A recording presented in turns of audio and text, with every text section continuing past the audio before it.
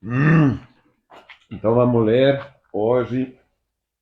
Eu vou começar no capítulo 8 do Evangelho de Mateus, no versículo 28. Eu vou fazer talvez dois ou três, até três domingos a respeito do Reino de Deus. O capítulo 8 é o capítulo que começa no Evangelho de Mateus a falar sobre os segredos do Reino de Deus, hein?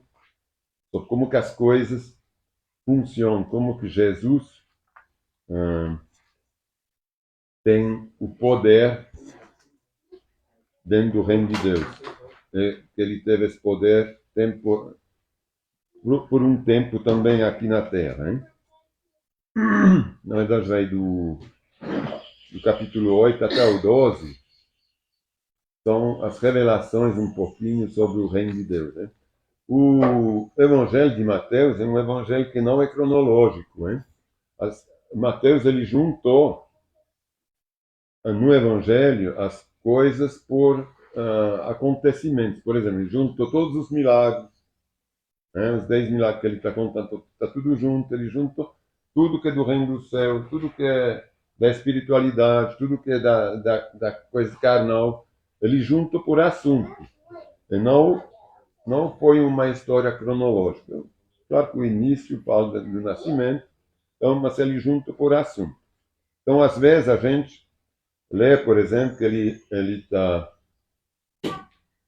chamando os discípulos, mas se a gente vê no livro, já tinha acontecido coisas com os discípulos, entendeu? No Evangelho. Só que, como ele faz por assunto, então, não tem uma cronologia certa em relação aos capítulos. Então, vamos começar a falar das coisas do reino, começando no capítulo 8, então, no versículo 28.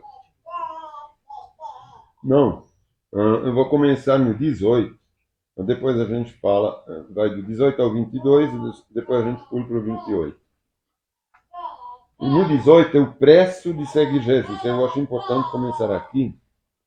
Quando Jesus viu a grande multidão a seu redor, ordenou que atravessasse para outro lado do mar.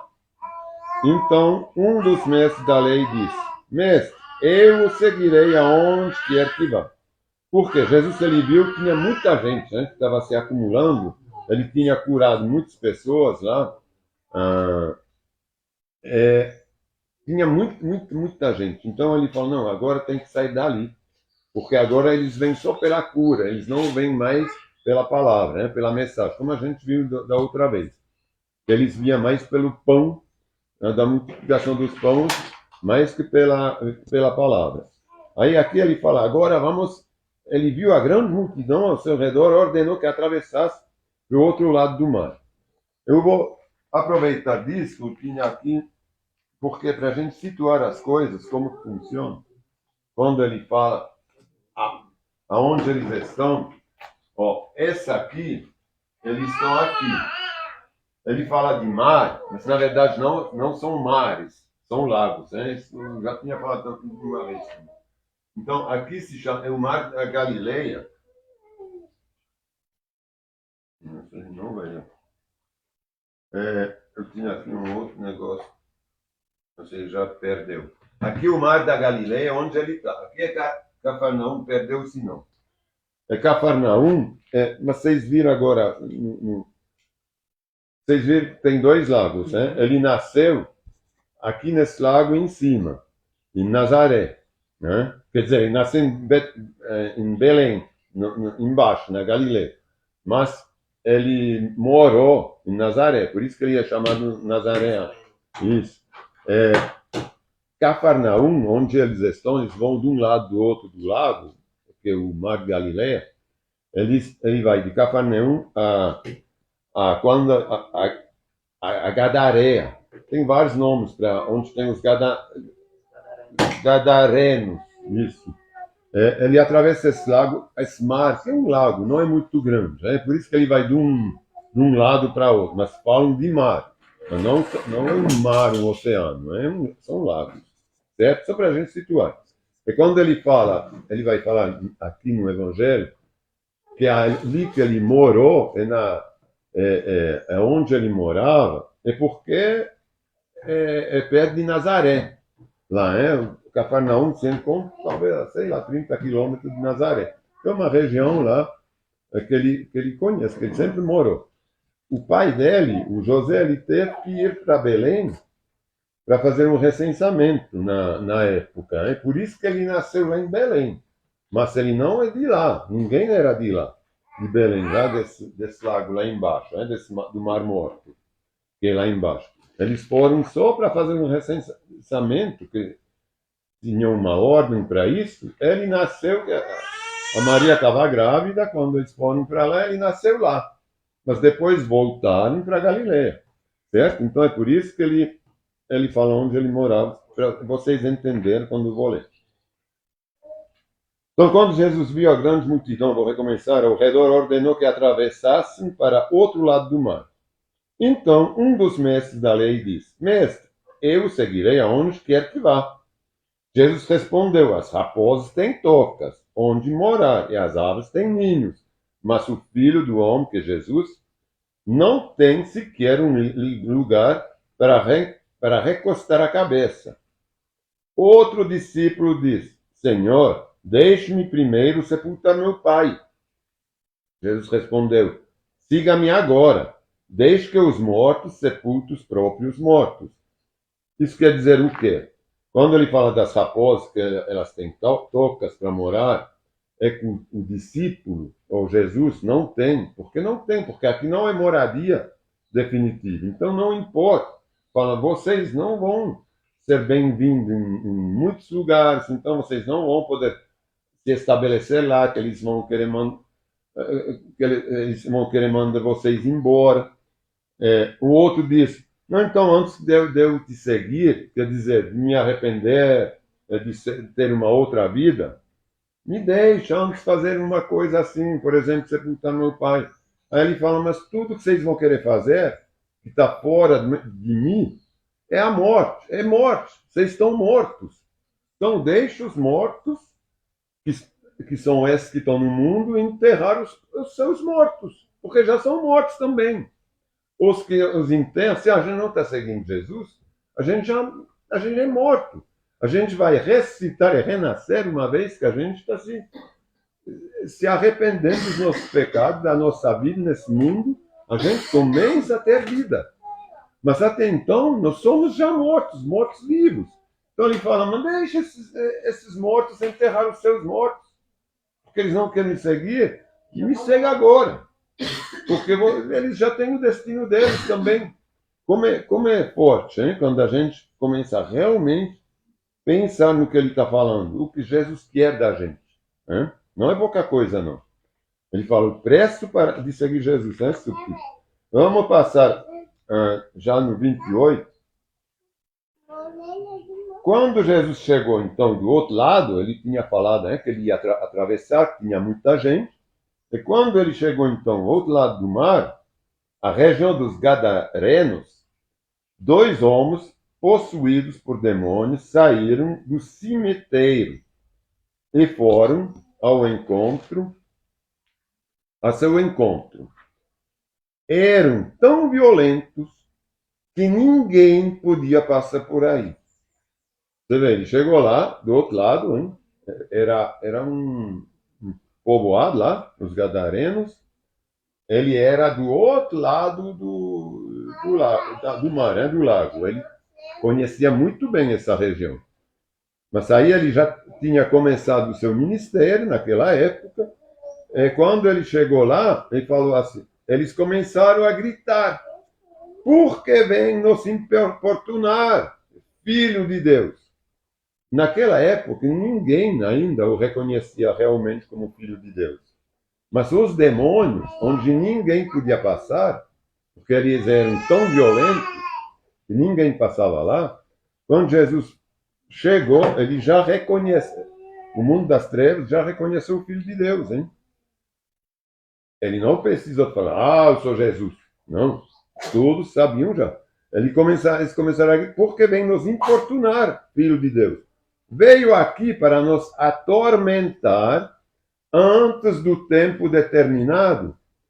O que quer dizer isso? Por que antes do tempo determinado? Porque os demônios, Satanás, ele sabe do tempo dele, que ele vai ser jogado lá no lago de enxofre, onde tem ranger de dentes, que ele está condenado já.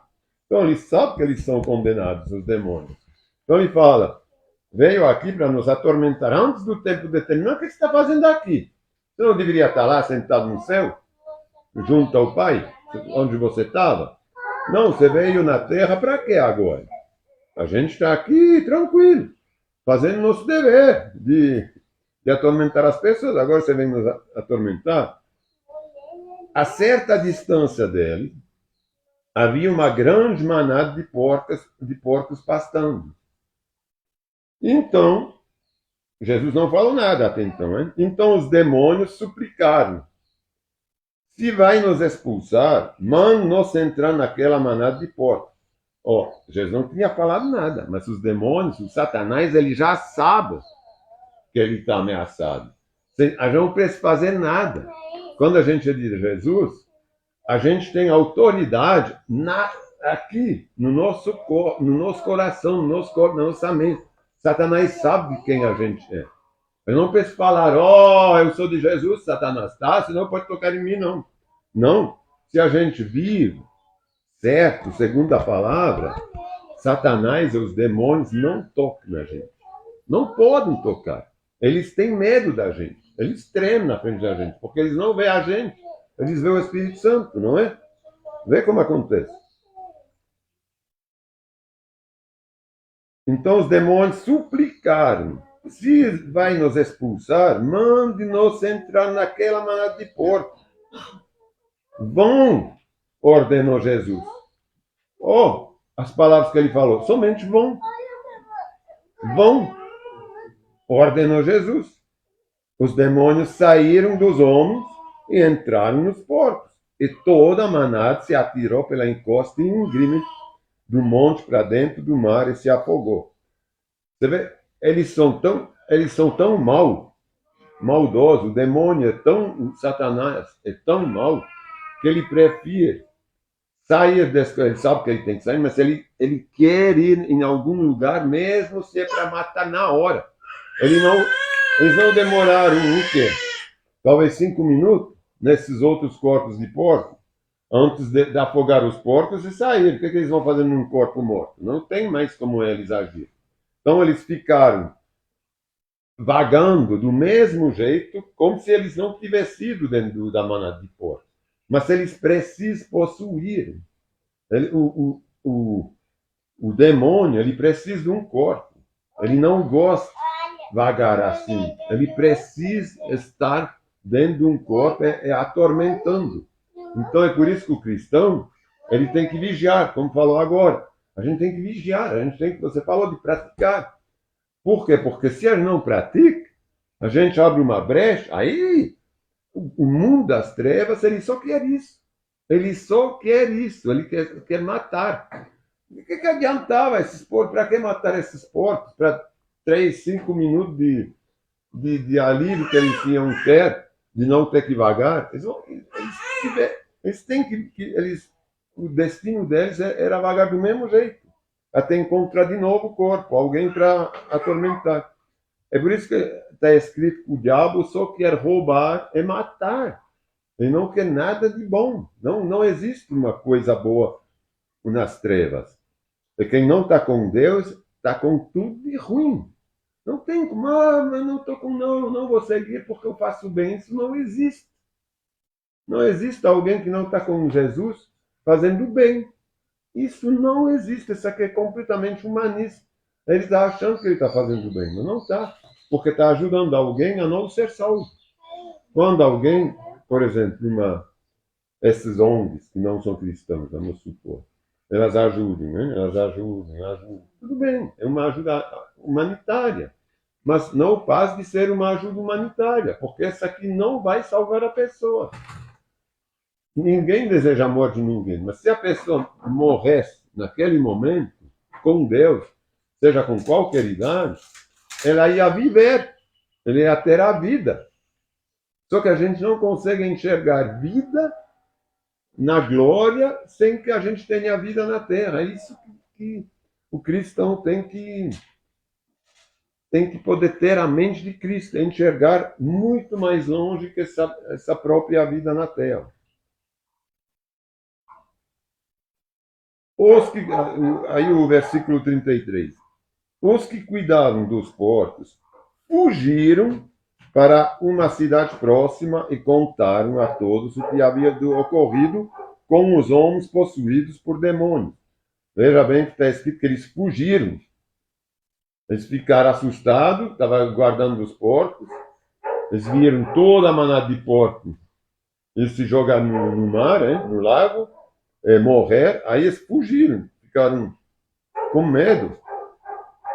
Os habitantes, então, da cidade, quando eles contaram o que tinha acontecido, saíram ao encontro de Jesus e suplicaram, como tinha feito os demônios, suplicaram que ele fosse embora da região. Falaram, não, o que você vem fazer aqui? A gente estava com porco, aqui sei lá quantos porcos. Todos os porcos, a gente perdeu todos os porcos por tua causa. Então, em outros lugares. A gente perdeu todos os porcos por tua causa. Então, pelo amor de Deus, sai daqui, volta de onde você veio. Volte, não fica aqui não. Não vem atormentar a gente não. A gente estava melhor com esses demônios, com esses endemoniados, era só 2. Eles não tocavam nos nossos porcos.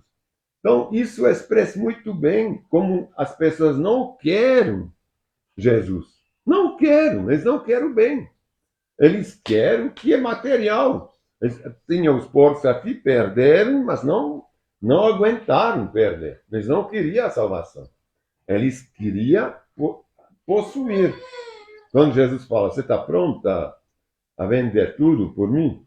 Quando ele fala para o novo rico virou as costas e foi embora. Falei, não, faz tudo. Sei toda a tua palavra. Então, o que eu tenho que fazer para ser salvo? Então, vende tudo e dá para os pobres. Ninguém estava pronto. Eles não queriam. Eu vejo que os próprios demônios tinham falado, filho de Deus. Então, eles sabiam.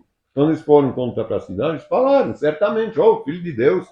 Veio, curou os endemoniados, só que os porcos se jogaram nos porcos e eles mandaram os porcos para o mar. A gente perdeu tudo. Então, a gente tem, quando a gente fala de vigiar faz também parte dessas coisas, né? Da gente saber quais decisões a gente está tomando, o que é mais importante nas nossas vidas. Vou continuando. O 34. Os habitantes da cidade saíram ao encontro de Jesus e suplicaram que ele fosse embora da região. Jesus entrou num barco, então, e atravessou o mar até a cidade onde morava, que era Nazaré, do outro lado, mas Cafarnaum, na verdade, porque a Cafarnaum era um porto, era uma cidade bem ao lado do lago, onde muitos discípulos moravam, onde Pedro morava, tinha casa lá. Muitos moravam lá. Jesus, como ele não tinha casa própria, ele morava junto com os discípulos, ou com gente que o acolhiam. Algumas pessoas lhe trouxeram um paralítico deitado numa maca. Ao ver a fé que eles tinham, Jesus disse ao paralítico, anime-se, filho, seus pecados estão perdoados. Olha como funciona agora, a gente tem que entender bem esses 3 capítulos como sendo o reino de Deus. Como funciona para a gente entrar no reino de Deus, é para a gente ser salvo mesmo.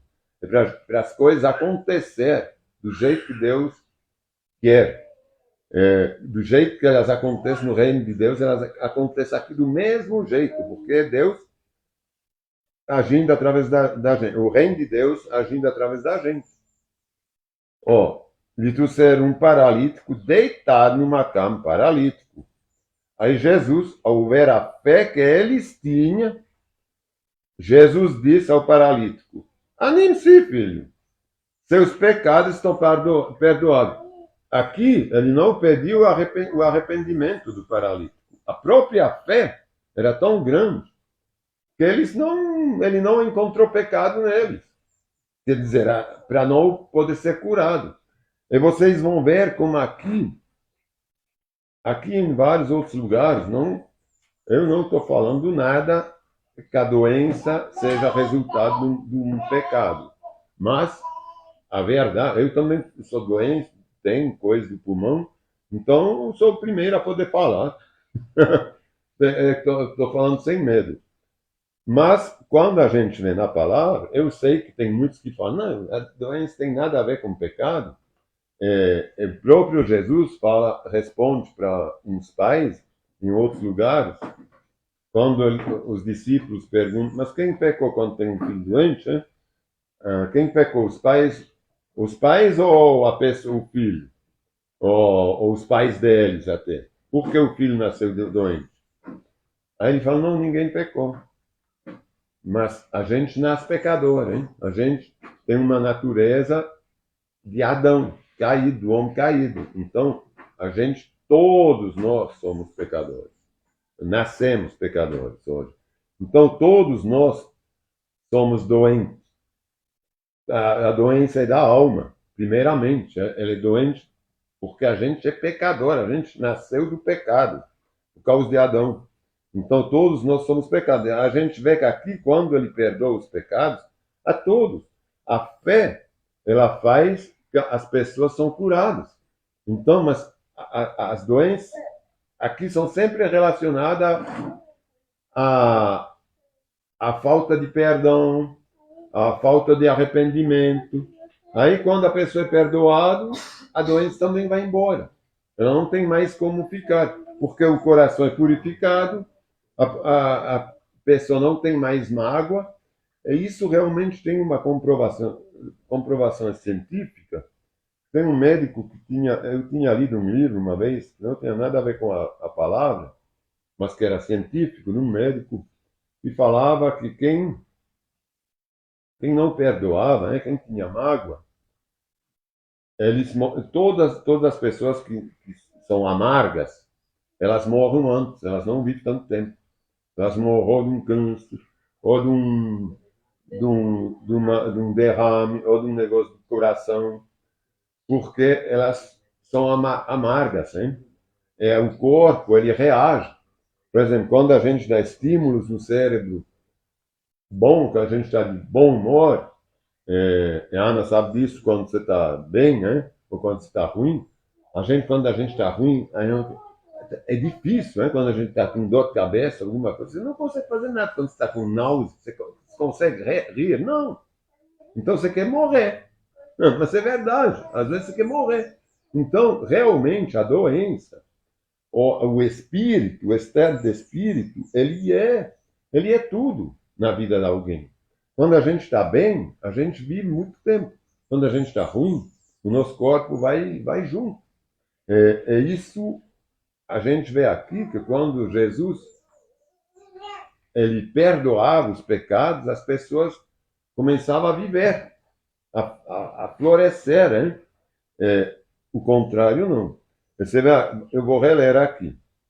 Então é muito importante quando a gente fala de vigiar, é muito importante a gente vigiar para não ter mágoa de ninguém, para não ter pecados escondidos, não das outras pessoas, mas de Deus, né? Para não se achar melhor que o outro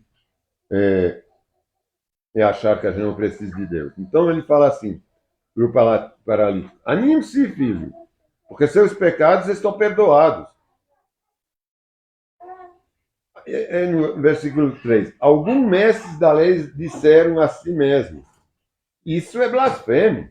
Como que o rapaz pode perdoar os pecados? Só Deus pode. Jesus, percebendo o que pensava, perguntou: por que vocês reagem com tanta maldade em seu coração? Você vê? Já eles tinham maldade no coração em relação a Jesus. Isso também não é bom. O que é mais fácil dizer? Seus pecados estão perdoados, ou levante-se e ande? Logicamente, para qualquer um, seria mais difícil falar para um paralítico: levante-se e ande, não é? Não, eu perdoo teus pecados. Ninguém vai saber, ninguém vai ver. antes de perdoar pecado. Aí ele pergunta, espera aí, então tudo bem. É mais fácil dizer, seus pecados estão perdoados ou levante-se e ande. Mas eu lhe mostrarei que o Filho do Homem, que é o Filho de Deus, lá, porque ele nasceu de homem, mas de Deus, tem autoridade na terra para perdoar pecados, porque ninguém poderia demonstrar, eu perdoo teus pecados. Como que a pessoa, os outros vão saber que eles foram perdoados? Não tem como. Seria muito fácil falar. Então diz ao paralítico, agora levante-se, pegue sua maca e vá para casa. Então, se ele consegue curar o paralítico, certamente ele consegue perdoar pecado. É isso o sentido desses versículos. Hein? Era para comprovar que ele era filho de Deus, porque ele tinha autoridade para perdoar os pecados. Então, perdoando os pecados, a doença sai. Levante-se, então, ele tinha falado que os pecados dele tinham sido perdoados, agora ele está falando, levante-se e pega a sua maca. Então, o que deu a cura dele é o perdão dos pecados, como a gente viu antes.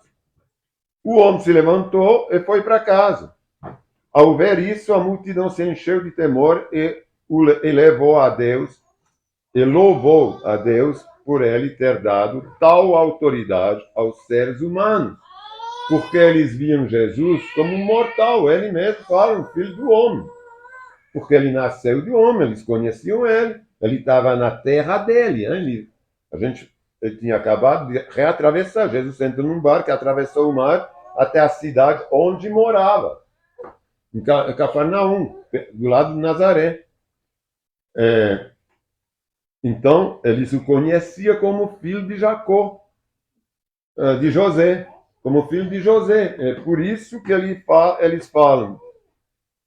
O homem se levantou, foi para casa, ao ver isso a multidão se encheu de temor e louvou a Deus por ele ter dado tal autoridade a seres humanos. A gente tem essa autoridade. Todos nós temos. Porque nós temos o Espírito Santo. Tal como Jesus tinha o Espírito Santo para realizar esses milagres. Da mesma forma, Jesus falou no final dos evangelhos, de Mateus também, de Marcos, ele falou que a gente faria coisas maiores, não em Lucas, ele falou que a gente ressuscitaria pessoas em nome dele. Então, a gente faz coisas iguais a Jesus e maiores ainda. O próprio Jesus falou, vocês farão coisas ainda maior em meu nome, que eu fiz.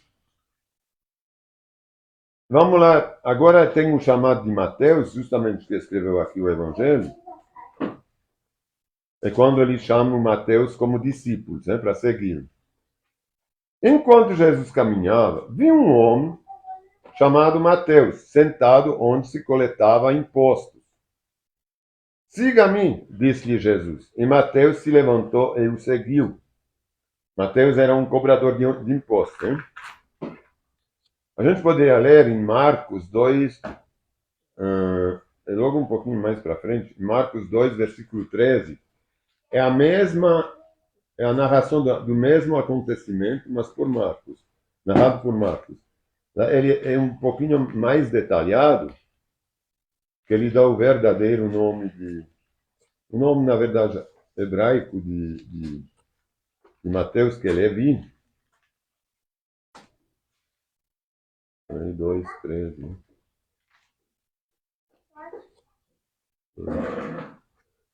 2, 13.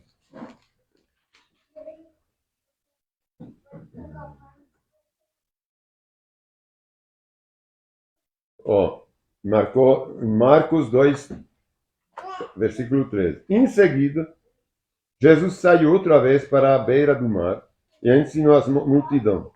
Enquanto caminhava por ali, viu Levi, filho de Alfeu, sentado no lugar onde se coletava os impostos. Siga-me, disse Jesus. E Levi se levantou e o seguiu. Então, Levi, a gente vê que Levi é o Mateus, chamado de Levi. Ele era coletor de impostos, estava sentado lá onde se coletava imposto. Ele estava lá no posto, tipo um posto rodoviário, onde você vai lá com um caminhão, você vai pagar o ICMS quando você faz de um estado para outro. Era tipo assim, né? Ele era bem mal visto, né? Porque era um coletor de imposto, um traidor, na verdade, porque coletava imposto não para os judeus, mas para os romanos, né? Era um judeu. Então, continuando lá no capítulo 9 de Mateus,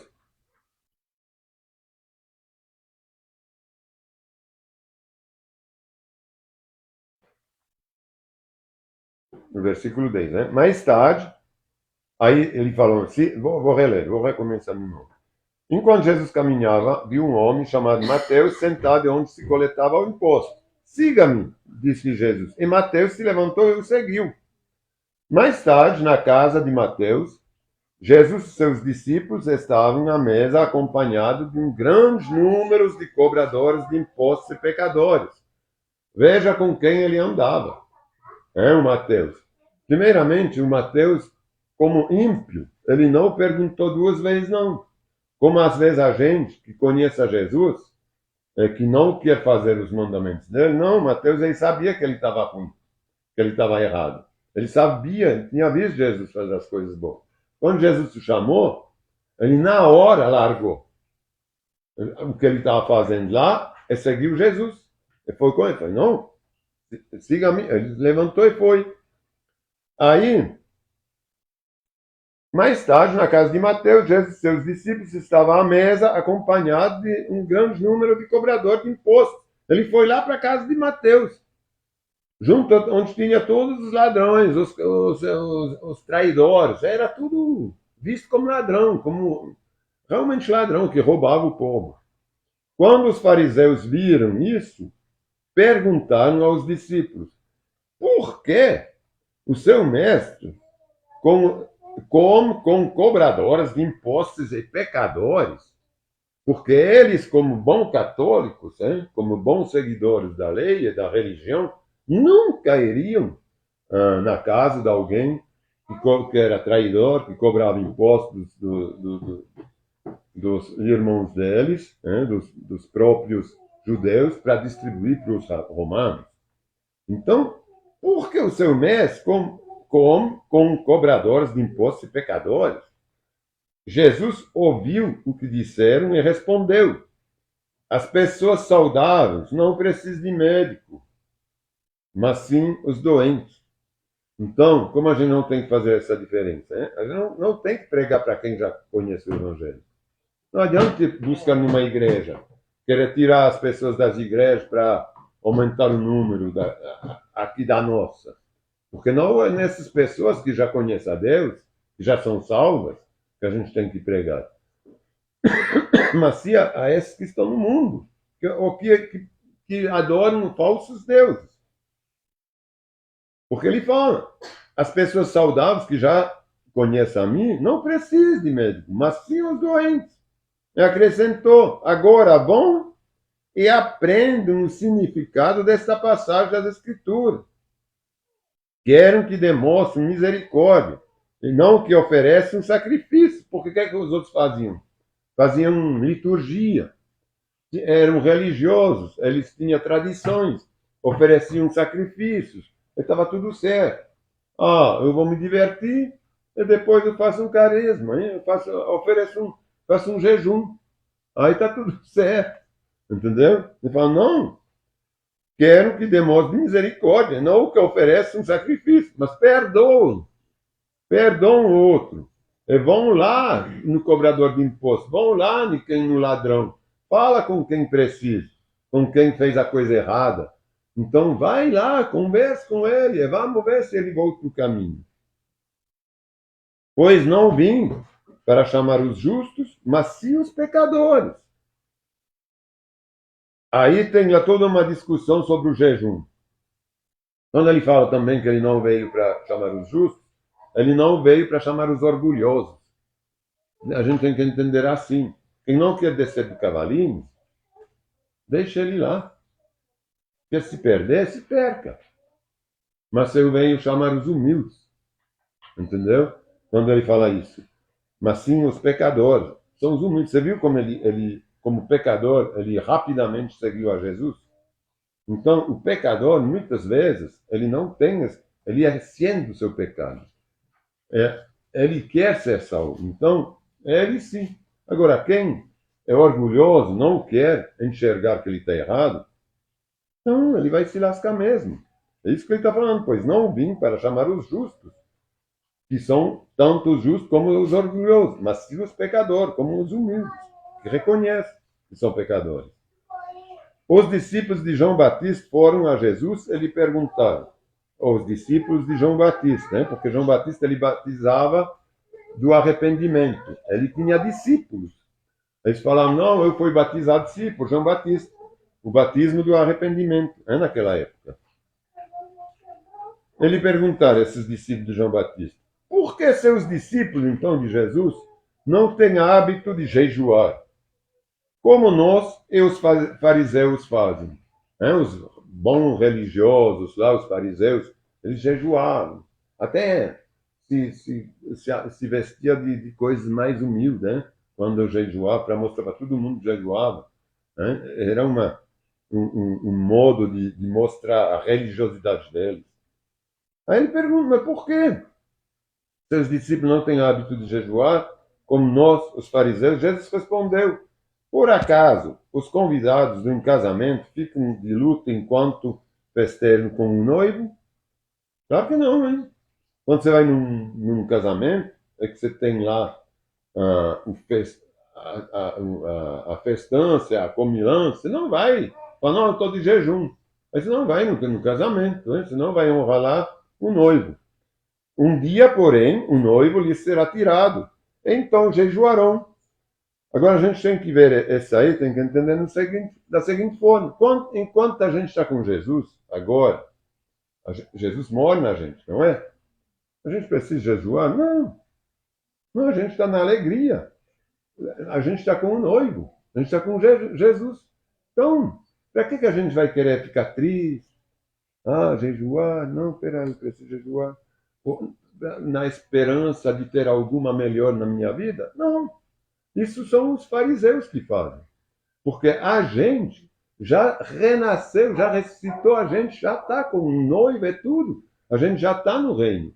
Então não precisa mais jejuar. Isso não é mais para a gente. Agora, quem precisa realmente jejuar são os que não têm Jesus. Por acaso os convidados de um casamento ficam de luto, porque o jejum é um luto, enquanto festejam com o noivo? Um dia, porém, o noivo lhes será tirado, então jejuarão. É quando a gente, talvez, vai ser levado, não sei como que vai ser. Talvez a gente lá jejum, mas acho que não, esse aqui não é mais para a gente. Além disso, ninguém remendaria uma roupa velha, ou como ele está confirmando aqui. Além disso, ninguém remendaria uma roupa velha usando um pano novo. O pano rasgaria a roupa, deixando um buraco ainda maior. Se a gente pega um pano muito forte, que seria feito para remendar uma roupa nova, forte, firme, que a gente rasgou, a gente tem que remendar com um pedaço de roupa nova, não com um pedaço de roupa velha. Então, do mesmo jeito, um pedaço de roupa velha, a gente não vai pegar o noivo, Jesus, a coisa boa, maravilhosa, para pôr nela. Não. Uma vez que a gente conheceu, a gente está tudo novo. A gente está com a roupa nova, com a emenda nova, que é Jesus. Remendaria uma roupa. O pano rasgaria a roupa, deixando um buraco até maior. Então, se a gente não mudou, não adianta ter Jesus. Não adianta ter Jesus, que é o pedaço de a emenda nova, se a gente continua com a roupa velha. Hein? Então, a gente tem que mudar. A gente tem que renascer em novidade de vida. Aí sim, Jesus, ele pode, através do Espírito Santo, morar com a gente. E ninguém colocaria vinho novo em velhos recipientes de couro. O couro se arrebentaria, deixando vazar o vinho. Os recipientes velhos se estragariam. Vinho novo, que é Jesus, é guardado em recipientes novos, em pessoas renovados, ressuscitados, para que ambos se conservem.